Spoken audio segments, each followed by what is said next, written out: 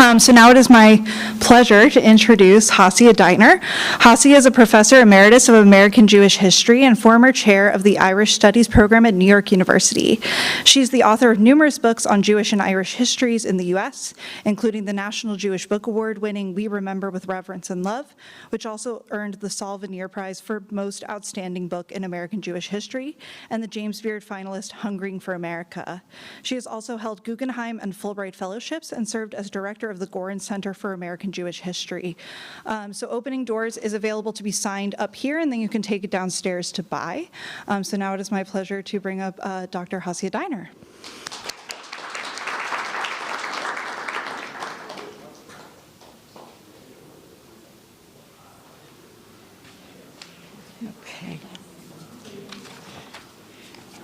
Okay, let me just put that there. Okay, so thank you so much to Sydney Yeager, actually my former student, so she had no choice but to invite me. And it's really appropriate to be here at the Museum of the, okay, how's that? Is that better? So it was a thank you to Sydney Yeager, who was my former student, and really a pleasure to be here at the Museum of the Jewish Heritage. I think there's something actually really appropriate about the setting where we are. Ellis Island, Statue of Liberty, the museum, and not so far away, the Irish Hunger Memorial. Okay, so we have a kind of geographic coming together. So I am going to begin my talk with a song, which I promise you I will not sing. You wouldn't like that. But this song was composed by a pair, a duo, in the early 20th century, a pair who churned out many, many ditties from New York's Tin Pan Alley. William Jerome, who was born William Flannery, Irish immigrant parents, and Jean Schwartz, a Jewish immigrant from Hungary. In a 1911 lighthearted piece entitled, "If It Weren't for the Irish and the Jews," they, however, said something pretty important for historical analysis and for thinking about this coming together. In the song, they extolled America, which they called Yankee Land, and they extolled it as the only place where they, this creative pair, as well as the Irish and Jews, could come together and drive away the blues, okay? And in the process, they, Jerome and Schwartz, as well as the Irish and the Jews, transformed the little USA. So here are just a few snippets from the song. I just returned from Europe. I've seen London and Paris, and I'm glad to be back home in Yankee Land. In fact, the little USA looks better to me now. It's a real place that real folks understand, but still I often think what this country would be if it wasn't for men like Rosenstein and Hughes. We'd surely have a kingdom, but there'd be no democracy if it wasn't for the Irish and the Jews. Now they go on, what would this great Yankee nation really ever do if it wasn't for a Levy or a Monahan or Donahue? Okay, thinking about New York City politics, which I'm going to say something about in a few minutes, there'd be no east side of New York if it wasn't for the Irish and the Jews. Without Big Tim Sullivan, what would the Bowery ever do? Okay, saying something about American theater and popular culture. I once heard Dave Belasco, so he was a kind of impresario of American theater in the late 19th, early 20th century. I once heard Dave Belasco say, "You couldn't stage a play today if it wasn't for the Irish and the Jews." So finally, talk about a combination, heed my words and make a note. On St. Patrick's Day, Rosinski pins a shamrock on his coat. There's a sympathetic feeling between the Blooms and McAdoos. Why Tammany would surely fall. Indeed, there'd be no hall at all if it wasn't for the Irish and the Jews. The song was recorded multiple times. It was sold as records. It was sold as sheet music. And it provides us something to think about, a way to start thinking about the alchemy that took place when Irish Catholics and Jewish immigrants, along with their descendants, worked together and in the process remade America.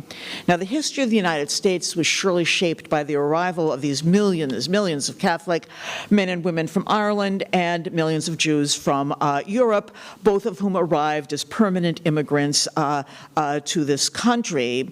Their participation in the labor force, in politics, in labor union organizing, and in popular culture, which is indeed where Jerome and Schwartz met each other, changed themselves, and it changed their adopted land. Upon arrival, these largely working class individuals had no choice but to come to terms with the reality that although as white people they were capable of becoming citizens, as religious outsiders they confronted a deeply Protestant, militantly at times so, American public which defined the country as theirs, that is, for the Americans, and not for the Irish and the Jews. So my talk is going to look at how these two peoples came together and what it meant for them to be in each other's orbit. Now, these are two groups of people who would have never met each other had they not come to America. Okay, they were barely knew of each other's existence. In fact, we might even take out the word barely. But in the United States, particularly in the cities to which both went and settled, they met each other in very ordinary places, in apartment buildings, in the hallways of the tenements, on street corners, in shops. During World War I, Irish and Jewish men served in the same units, were in the same barracks, in the same foxholes. There was romance, there were marriages, and the like.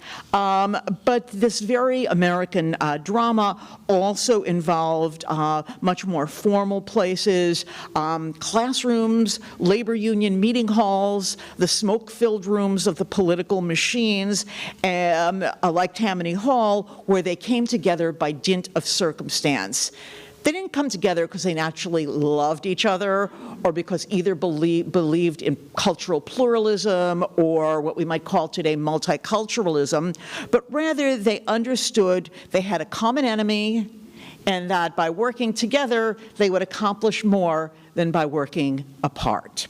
Now, in this very American drama, since there are two peoples here, I actually give top billing to the Irish Catholics, whether as immigrants or their American-born descendants.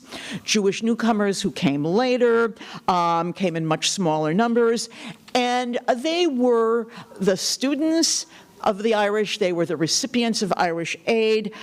They were the ones in need of and in search of guidance on how to become American and how to deal with that large American public that considered them less than worthy of acceptance.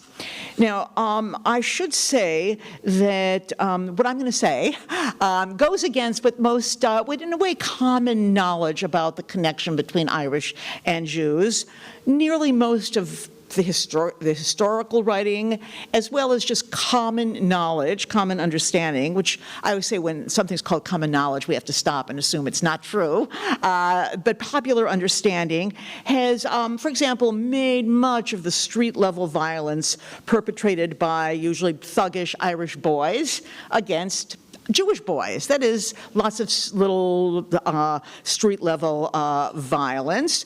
There is a lot of a lot of talk about Irish Catholic priests delivering sermons to their congregants, thundering about the eternal perfidy of the Jews, guilty forever of the crucifixion.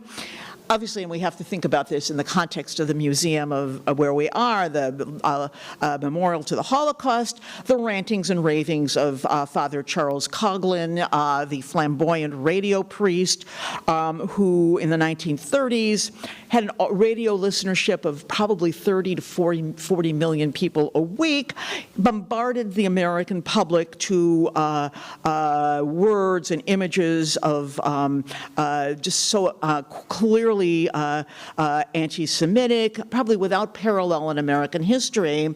The first broadcast he gave right after Kristallnacht, he said, "Wait till Hitler comes to America." Okay, a decade later, Father Leonard Feeney regularly climbed on a soapbox in the Boston Common and preached to anyone within his hearing range about the Jews. He so volubly carried on about the Jews, who he referred to as Sheenies, that he was popularly known as Sheeny Feeney, okay, usually mocking him for his zeal. All these things happened, okay? That's not a question. But what I want to offer is the other side of that history, one which I think is bigger, which was more transformative and more impactful, one in which the two found ways to work together, realizing how much they needed each other, with, again, the Irish as the older, more settled, more powerfully placed population, ethnic population. So I'm going to look at about 5 different zones of this interaction with, again, the Irish as the teachers, the Jews as the recipients.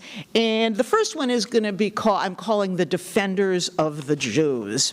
So starting in the 1870s in Boston, Rabbi Solomon Schindler, in collaboration with 2 editors of the local Catholic newspaper, the Boston Pilot, edited by John Boyle O'Reilly, and his successor, Jeffrey Roach, used the Catholic newspaper as a way to attack or to condemn the local white Protestant elite, the Boston Brahmins, and use the example of anti-Semitism by those Brahmins as evidence of their lack of commitment to real American democracy. In this, it was Schindler who asked O'Reilly to speak for the Jews. Not that the Jews didn't have a newspaper, but Schindler wanted the condemnation of anti-Semitism to come from someone else, okay, not from the Jews. This was not an isolated Boston story. It had a New York chapter as well. In 1893, the same year that a group of very elite white Protestant Americans banded together to form the Immigration Restriction League, Charles P. Daly, born in County Galway, then sitting as Chief Justice of the New York Court of Common Pleas, authored the first history of the Jews of the United States. So as somebody who's been a practitioner of American Jewish history, we owe our field to Charles P. Daly. The book was published by the American Hebrew, a publishing house which sponsored a well-respected magazine of the same name. Daly's book, The Settlement of the Jews in North America, can be seen as a rousing tribute to the Jews. In it, as in his other volume, a much slimmer one called The History of the Jews of New York, he proved in print that the Jews had been in America for centuries, they'd been there since the 17th century, could not be viewed as aliens or as outsiders, that they made the city and the nation great, they contributed to the common good, and that they took care of their own poor. It was, in fact, Philip Cowan, the editor of the American Hebrew, and Max Kohler, a Jewish lawyer, who asked Daly to publish the book. So again, it was the Jews asking the Irish to speak for them. This did not end at the end of the 19th century with the publication of Daly's book, but in the early 20th century, we can turn to the experience of one Michael Davitt, an Irish nationalist leader, also a globe-trotting journalist, who went to the city of Kishinev in April of 1903 to investigate the pogrom which had just been perpetrated in that city. He shows up just days after the pogrom had settled down. Davitt went at the behest of the Hearst newspapers and wrote a series of articles which pondered the horrendous attack on the local Jews, showing his readers in the English language newspapers, obviously the level of violence, the bloodshed that the Jews experienced, the bloodthirsty mobs that beat up the Jews, murdered, raped, pillaged, and in it he said very clearly, the Jews have no future in the Pale. They must continue coming to America. Now, these were articles that Davitt wrote in the Hearst newspapers, and when he returned to the United States, he was met by leaders of the Jewish Publication Society and the American Jewish Committee that asked him if he would consider taking those articles and putting them together into a single book, okay, which could then have a much greater currency. The book, which came out called Within the Pale, The True Story of the Persecution of the Jews, became a pretty widely read and widely acknowledged work. Okay, by enlisting Davitt to report on the horrors of Kishinev and to have his articles bounded together in a single book, the JPSA, the Jewish Publication Society, and the American Jewish Committee hoped they would spark sympathy among the American public and slow down what seemed to be an obvious drift towards restriction. So again, it was Davitt could say it. He had no self-interest in this. They could not in the same way offer the same message. So too, the same impulse lies behind the story of the publication in 1924 of a book called Jews in the Making of America by George Cohen, who happened to be a Jewish writer. But the book existed only because Edward McSweeney, head of the Knights of Columbus, okay, very substantial Catholic organization, worried at that, this is 1924, okay, again, interesting, the year of the Johnson-Reed Act, worried about the upsurge in anti-immigrant, anti-Catholic, anti-minority, anti-Jewish hysteria gripping the nation, decided to launch a history project that was to be called the Racial Contribution to American Society. McSweeney envisioned a shelf-long set of books, again, all bearing the signature or the imprint of the Knights of Columbus, that would detail for each immigrant group and each minority group its contribution to America. Now, only 3 books actually got published. They ran out of money, I guess as often happens.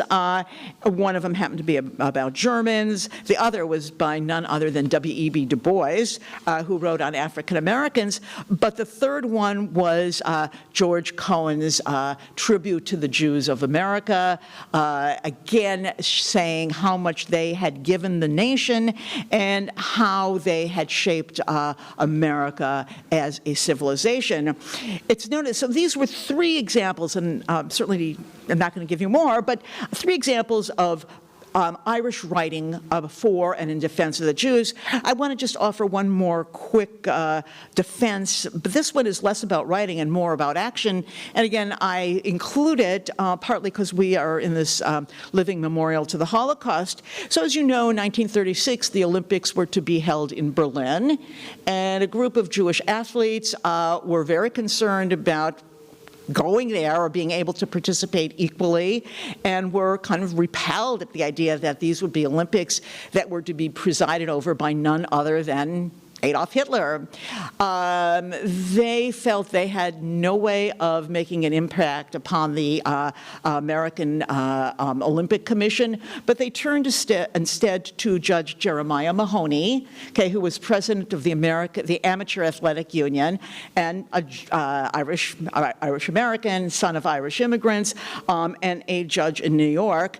And for several years before 1936, Mahoney poured his energy into documenting what was going on in Nazi Germany, showing that the Jewish athletes would never be treated fairly, and trying to get the American Olympic Commission to refuse to go. He failed. Okay. He quit the the Olympic Commission. But here again, we see a group of Jews who wanted some political action done and couldn't do it, didn't feel they could do it on their own. They needed someone with a different voice, a bigger voice, a more neutral voice to speak for them. Okay, the second zone, so that was defending the Jews. The second we might call Tales of Tammany, okay, and in parentheses, all the other Tammanies, the little Tammanies around the country, in Chicago, in Boston, and all the other big cities, places where Irishmen dominated the world of municipal politics, from the hallways of the tenement buildings where they went and knocked on doors and got people to vote for them, to the street corners and up, okay, eventually to City Hall. The history of Irish prowess in working the machinery of urban politics has been told in great detail elsewhere, but let us say that they paved the way for all subsequent white male immigrants, not just the Jews. But for the Jews, this connection to the Irish political machine, again, Tammany is just our best example because there are more Jews in New York than elsewhere, but it was true in the other cities. For Jews, this represented a moment, an important moment in history. For the most part, Jews arrived in the United States. For most of them had not been citizens of the places they lived. Right? I mean, anyone living in the Tsarist Empire was not a citizen and didn't participate in politics at all. But even in the Austro-Hungarian Empire, where Jews did have citizenship, they had never had the experience in the rough and tumble of coalition politics. Okay, they had never been partners in the dance of being wooed and courted and appealed to by non-Jews, men with power and influence, who reached out to them as friends for one purpose only, either simple or not so simple: vote for me. What can I give you to get your vote? What can I do for you to help me get more votes? Okay. Simple quid pro quo, okay? They wanted to help the Irish politicians, who again controlled this machinery, hoped to enlist the support of the Jews to support their candidates, and did what they could to make that possible. So in every city to which they went to which Jews went, they encountered these Irish men, ranging from ward captains on the block all the way up the political ladder, men who lusted after their votes. Okay, the vote of a Jewish man was just as powerful as the vote of anyone else. So Irish political operatives showed up at Jewish weddings and funerals. One Irish Tammany politician, Paul, said when he went to a Jewish wedding, he always sat in the front. Okay, and he came right at the last moment so everybody could see him walking down and taking his seat. They showed up at funerals, they showed up at B'nai Mitzvah, at synagogue dedications, at B'nai B'rith lodges, meetings, and at Landsmannschaft gatherings, and so many other places where they could find clusters of Jewish men. So Big Tim, who showed up in that song, okay, politician of the associated with the Bowery, had for years, had a little table set up in the vestibule of Beis HaMidrash HaGadol, okay, on Monday and Thursday, the days the Torah read, on Monday and Thursday mornings, right there at the end of morning services. So the men would file out of services, having just perhaps said a Kaddish, and who'd be out in the hall but Big Tim, or one of his guys, and the handshake, and the, what can I do for you? What do you need? Do you need coal? Do you need some kind of favor? You're looking for a job? You're looking for a contract? There was Big Tim in the vestibule of Beis HaMidrash HaGadol. Notably, Tammany Hall provided the funds for the creation of one of New York's Yiddish newspapers, their Wahrheit. So all the other Yiddish journalists thought of the Wahrheit as a total Tammany rag. Okay, but it published for a number of years. It published news, it published literature, it published all sorts of things that you would expect in a newspaper, and it had really good things to say about Tammany Hall. Now, this was no reflection of solidarity on the part of Tammany or its counterparts, but it reflected hard-nosed political canny. Jewish men had what it took to be valued by these guys, and therefore, these guys, okay, Big Tim, as just one example, made sure that the Jews got naturalized. They ran naturalization classes for Jews in Yiddish. They appointed Jews to visible positions in the party's apparatus, gave them jobs in city government, helped them get contracts on municipal projects, helped them in times of needs, okay, helped them, for some of them, the chance to run for office, to speak out for them on their issues, and in the end, wanting one thing: get their vote. Okay, they didn't want to give up power. That was not the goal, but the goal was, we can only stay in power by getting the Jews to vote for us. Now, just as a kind of little Boston side story, Mayor James Michael Curley, really the kind of towering figure of Boston machine politics, was asked why he put so much energy into cultivating the Jewish vote. Okay, well, now the other big immigrant population in Boston were the Italians. And he said, I'm not interested in the Italians. They don't vote. They don't naturalize. They don't vote. The Jews vote. Those are the people I want. Okay, now a very different set of Irish teachers, guides, interacted with a different set of Jewish immigrants, and this was in the field of labor and union organizing.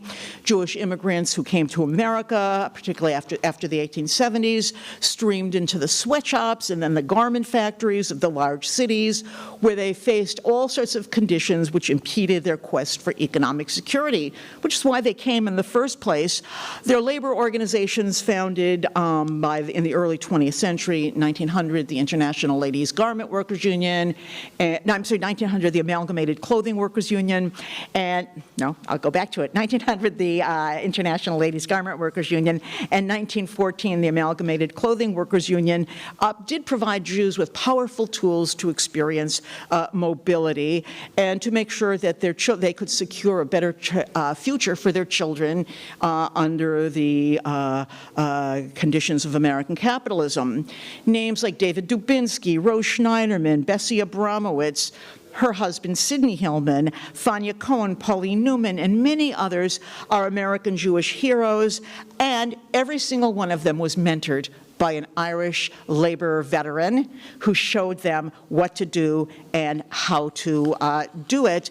The stories are many, and I'm going to only offer two such examples. And again, I'd say, before I go further, when Jewish immigrants came to the United States and saw what existed in the way of American labor unions, they were headed by, and the rank and file membership was almost all Irish. First, the Knights of Labor, and then the American Federation of Labor.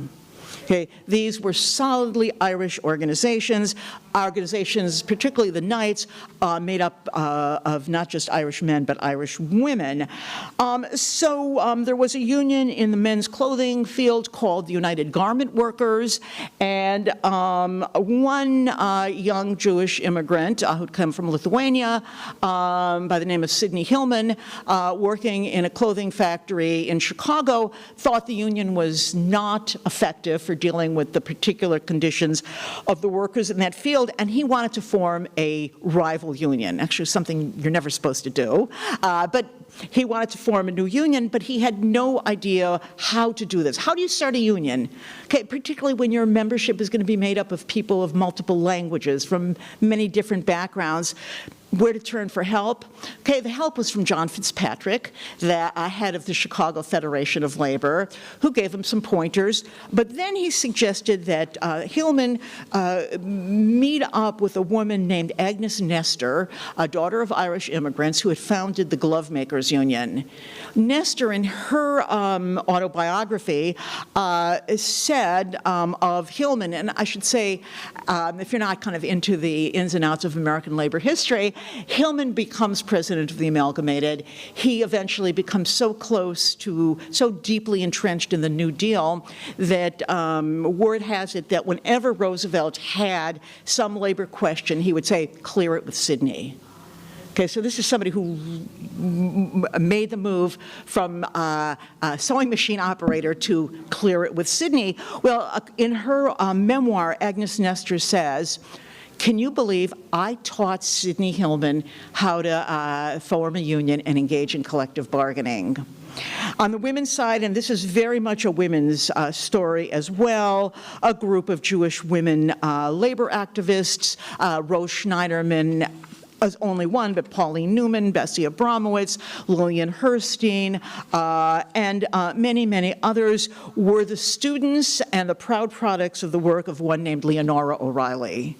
Okay, and it was O'Reilly who saw these Jewish women as potential union leaders and as able to organize other Jewish women, and it was O'Reilly who guided them through this process of moving up from the factory floor to union leadership, from moving up from anger at their conditions to organizing.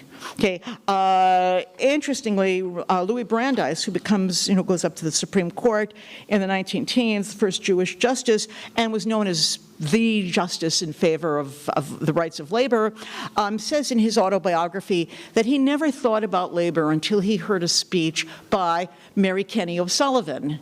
Okay, and he said he listened to O'Sullivan and he understood you can't redo capitalism without thinking about labor. So in this particular meeting, okay, it was again the Irish as the teachers, the Jews as the students.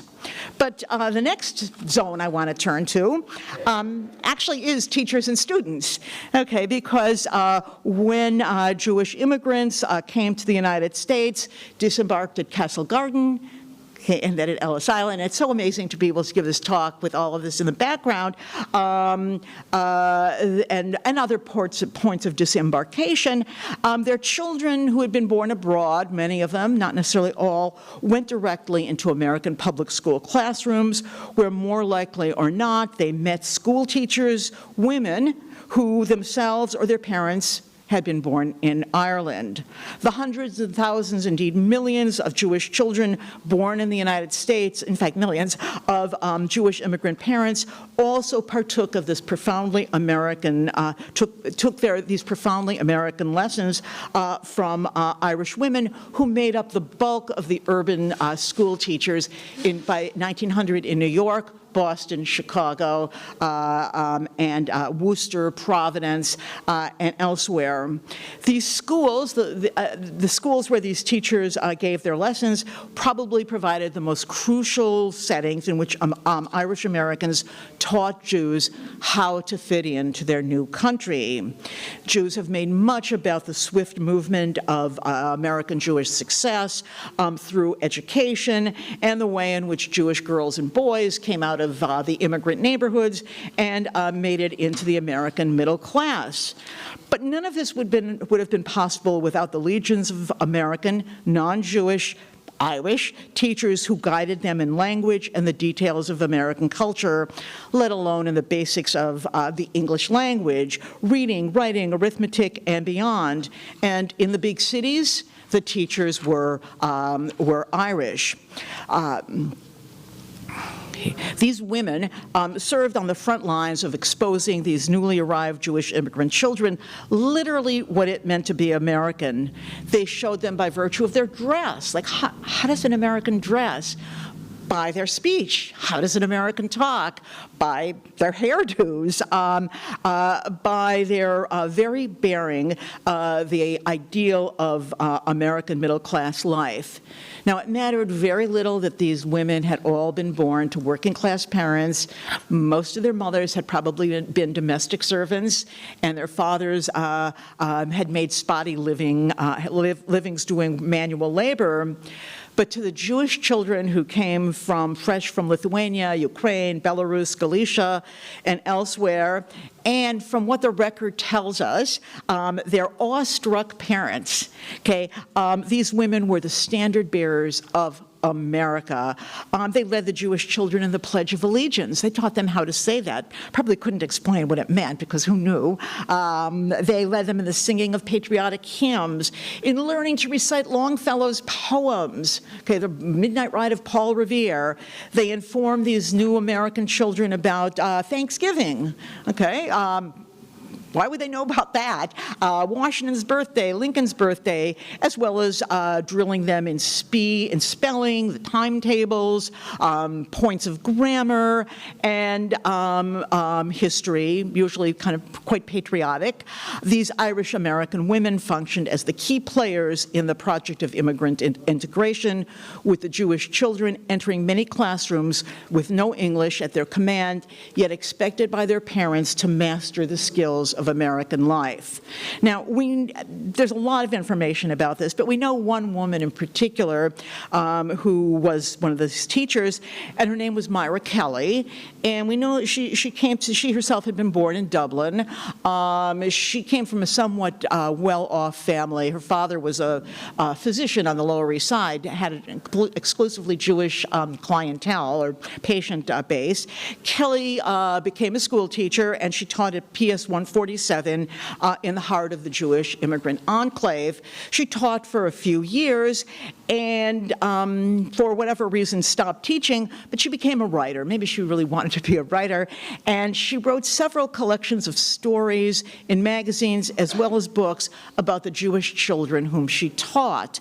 So with books like Little Citizens, 1904, Little Aliens of 1910, Wards of Liberty of 1908, her protagonist, Miss Bailey, teaches Russian Jewish children about the intricacies and puzzles of American life. While her books do have a secondary theme about the changing ethnic character of the neighborhood, her sweet tales offer a window into a large and important historical phenomenon, namely the meeting between Irish Americans, literally as teachers, and Jews who learn from them as new immigrants. Now, finally, that teacher-student relationship carries on, but yet at a higher level, as we want to chart the path of how Americans, of how Irish teachers met Jewish students. These took place at a range of Catholic universities, all with Irish founders, Irish trustees, Irish administrators, faculty who are largely, although not exclusively, Irish clerics at these universities, which opened their doors to Jewish students. At universities like Notre Dame, okay, think of the Fighting Irish, Georgetown, Creighton in Omaha, Providence College, Loyola of Chicago, St. John's, Fordham, and others, less at the undergraduate level, but more in the professional schools of law, medicine, pharmacy, dentistry, business administration. These institutions became safe places in the 1920s for Jewish aspirants to professional and sometimes pre-professional training.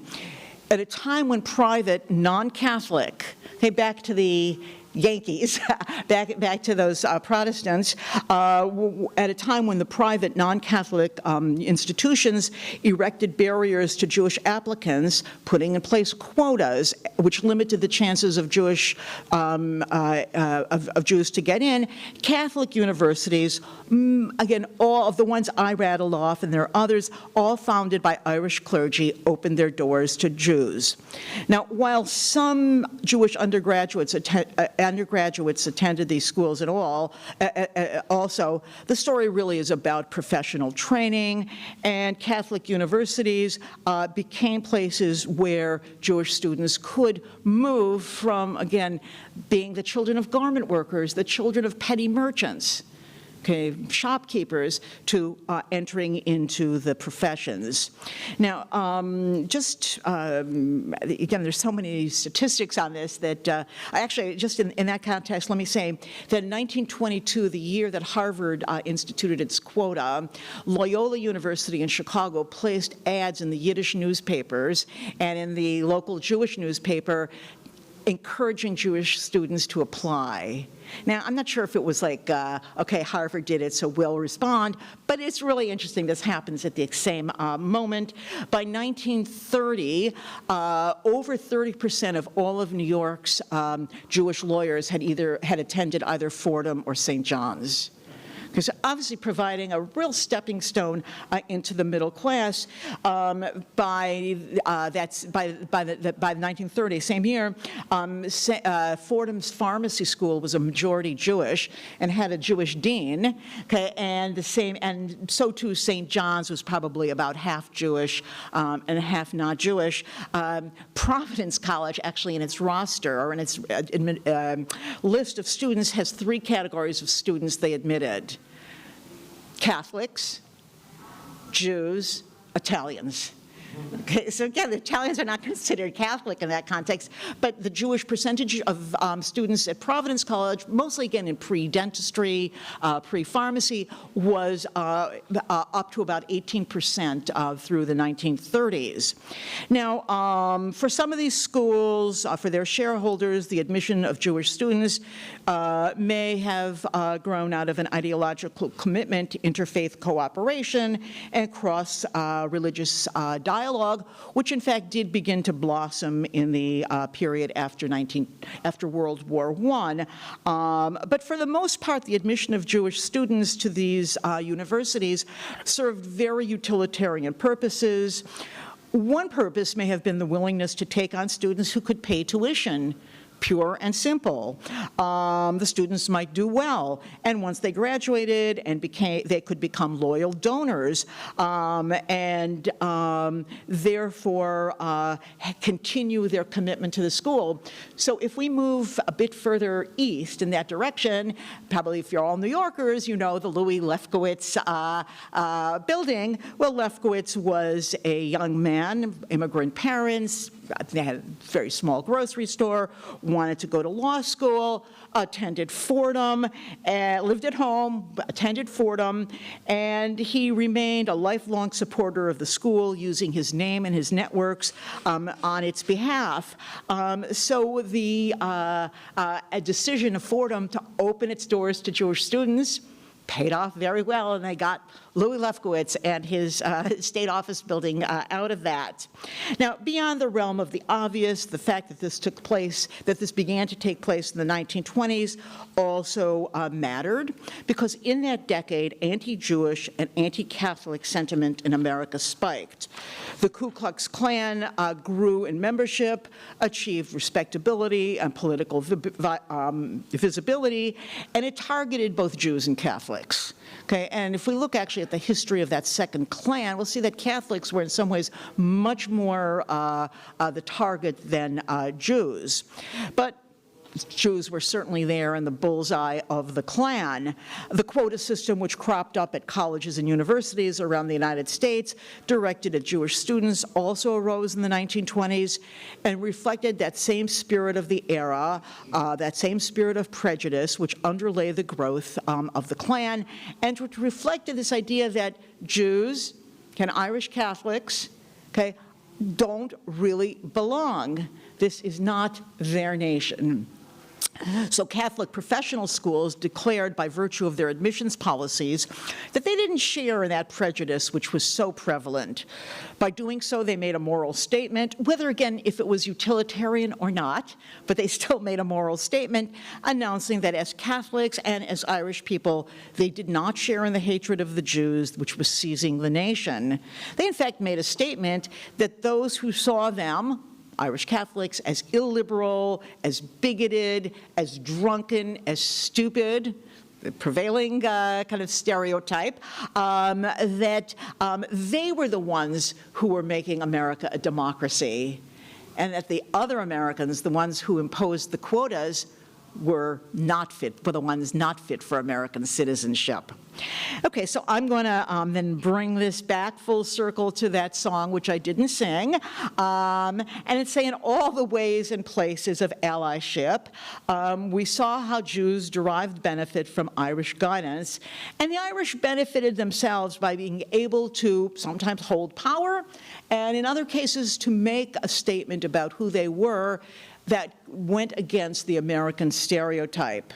In all of these places, the two helped each other, the two benefited, and I think that our songwriters would agree that they helped make America, quote, a democracy, and as such, made the nation a better place. Thank you.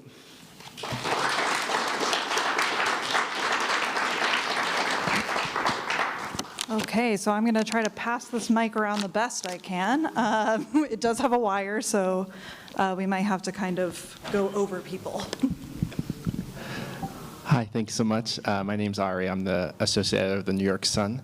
I'm curious about the rise of Jewish and Irish nationalism at this time. You know, obviously for Zionist Congress is 1897, the Easter Rising in 1916, the founding of, Modern Ireland in 1922. How are these two currents related? A read through Ulysses shows interest in both Irish nationalism and in sort of Zionism or that kind of thing. So I'm just curious about how that exists against the American backdrop that you've so skillfully painted. Great. So did everyone hear the question?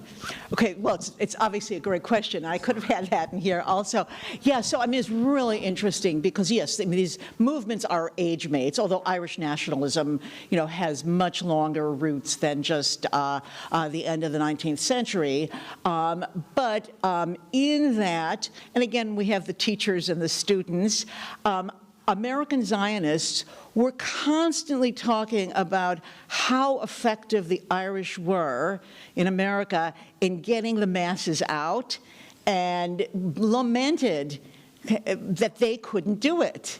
And one article by a Zionist from, I think it was from Springfield, Massachusetts, or maybe Cincinnati, just said, we could learn something from them. And so there are the Jewish organizations, Jewish community centers, Zionist groups invite Irish speakers in almost like a how do you do it kind of lecture. And the stream of Irish nationalist speakers who come to Zionist gatherings was really extensive. And there are Jews who go to the Irish in the early teens had something every year called the Irish Race Convention, and there are Jews who attend it, and they say, we came to kind of like pick up what pieces of information we could because they were so jealous of what they thought. Now, probably they weren't accurate. In other words, but as they saw it, the Irish really knew how to do it. Okay, so it's a really lengthy and complicated and fascinating history of two peoples who have yearning for a homeland, particularly different kinds of homelands, and really saw some parallels. So David, who was nationalist, who actually banned, he had to leave Ireland in exile. He also in the book Within the Pale says that a Jewish homeland has to come about because, again, there's no future for the Jews of the Pale in either America or a homeland. So it's a really complex and very lengthy and, in a way, fascinating history. So it's a great question. There's a question up here. Back here, and then I'll get you in the front after. Hi, very interesting talk. Thank you. How would you fit in Italian Americans in this group? Because there was a lot of overlap in terms of immigration and interaction. Absolutely. So it's about, so I have many times when I've ever had a PhD student who knew Italian, I said, that's the topic you have to do a dissertation on. It's a fascinating story because, yes, they live close to each other. They work together in the same industries, lots and lots of personal connections, but it's a different story in as much as, and I know I'll probably get a chuckle out of this, and maybe I'm putting it in the wrong way, but the Italians had nothing to give them. They didn't control anything, okay? They didn't control the public schools. They didn't control the unions. The Jews were the ones who were helping the Italians learn how to organize. They certainly didn't control politics. Mayor Curley tells us that. So it's a relationship, but it's a very different one. And we could say that there'd be so many other fascinating stories in a place like Chicago, Jews and Poles. Okay, right? And obviously there are the groups who are defined by law, and I use this in, as non-white. Those are all amazingly rich historical problems, but I think the Irish-Jewish one is really sui generis because the Irish are the models of how to be a powerful yet despised ethnic population. I saw a question in the front. I don't think the mic is going to reach, so Hasia, could you maybe repeat it into yours? Okay, so yes, sir. The mic won't, It's okay. okay. What were the contributions of the churches and the synagogues? You mentioned the political groups and the unions. Okay, so I mean, that's, again, a really interesting question. So one might say this is the place where they had no reason to be connected to each other. The churches were the churches, the synagogues were the synagogues. And while in the course of this research, I found some really interesting collaborations, often just about life on a block where there would be both a synagogue and a church, and friendships between rabbis and priests, and kind of dialogue, usually not in a particularly formal way. That's going to happen much later after Vatican II. But, amiable relationships, but that was where they just had nothing to do with each other. The Catholics didn't want to be Jews. The Jews didn't want to be Catholics. And, but I will actually extend this just a little bit. So just as one example, in the 1890s, the Protestant rural representatives in the Massachusetts Assembly wanted to pass, and also the Boston Brahmins wanted to submitted legislation to ban kosher slaughtering because they said it was brutal. Now, and it was through the ASPCA, which was a very Protestant organization. And there was only one Jew sitting in the Massachusetts legislature at the time, obviously handpicked by Curley, but it was the Irish Catholics of Boston, Worcester, Springfield who defeated the legislation. Now, obviously they didn't care about kosher slaughtering, but their voters did. And so in a way, the religious part doesn't actually, does in fact have a place here. We actually have a question from the chat, and then we'll go back to the audience. okay, sure. Were there Irish groups involved in assisting Jews out of Europe during the Holocaust? Oh, okay, so I'm going to just say that that's kind of beyond my sort of focus. Most of the Irish members of Congress voted in favor, for example, the Norris Rogers Act to try to bring in Jewish children. But in a formal way, I don't know of it. Obviously, Ireland has a really complicated history during World War II because Ireland remains neutral. Okay, and because they are certainly not going to go to war on the side of England. They still hate it, even though they're an independent country. And so Ireland is neutral, and Eamon de Valera actually signed the book upon Hitler's death at the German embassy, which many Irish Americans just went, really, this is terrible. There's some, so Ireland itself, and again, that's really outside my scope, and I don't want to say too much, was not particularly open about admitting Jewish refugees. But again, that's not America. Yes, sir.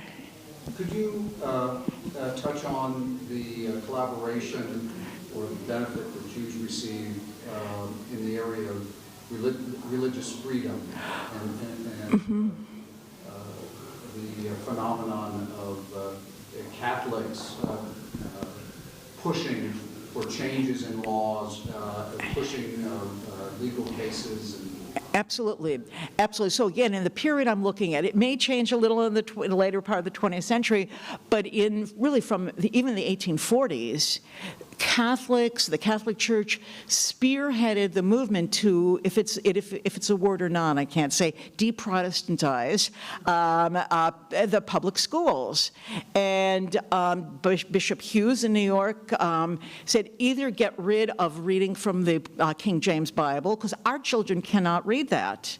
Okay, and to get rid of Protestant hymns and Protestant prayers, or you have to support Catholic schools. Now, the Jews never go that far, but the Jewish leaders in New York are collaborating with Hughes. And in Cincinnati, there's also a very valuable Bishop Ireland, who, again, Isaac Mayer Wise and Max Lilienthal are turning to them. Okay, we too don't want Christian reading, Protestant hymns. We don't want the Bible read in the public schools. And there again, it's an interesting case in as much as they really allow the Catholics to take the lead. And they kind of step back and are much more, let's say, they're there, but they're not the brunt. They are not at the forefront. And it's Bishop Hughes who, what the New York press has to say about Bishop Hughes, you'd think he was the devil incarnate because he was upturning he's saying to the Protestants, this isn't a Protestant country. So there are many, many examples of Jews and Catholics. Often it's Catholic clergy and Jewish community leaders, people like Louis Marshall and Max Kohler and so on, looking to take on legal cases that say the Protestants don't own America. Thank you for your talk, by the way. With such a strong sort of public relationship between the Irish and the Jews, what were the private relationships? Was it difficult for Irish to marry into Jews and vice versa? So,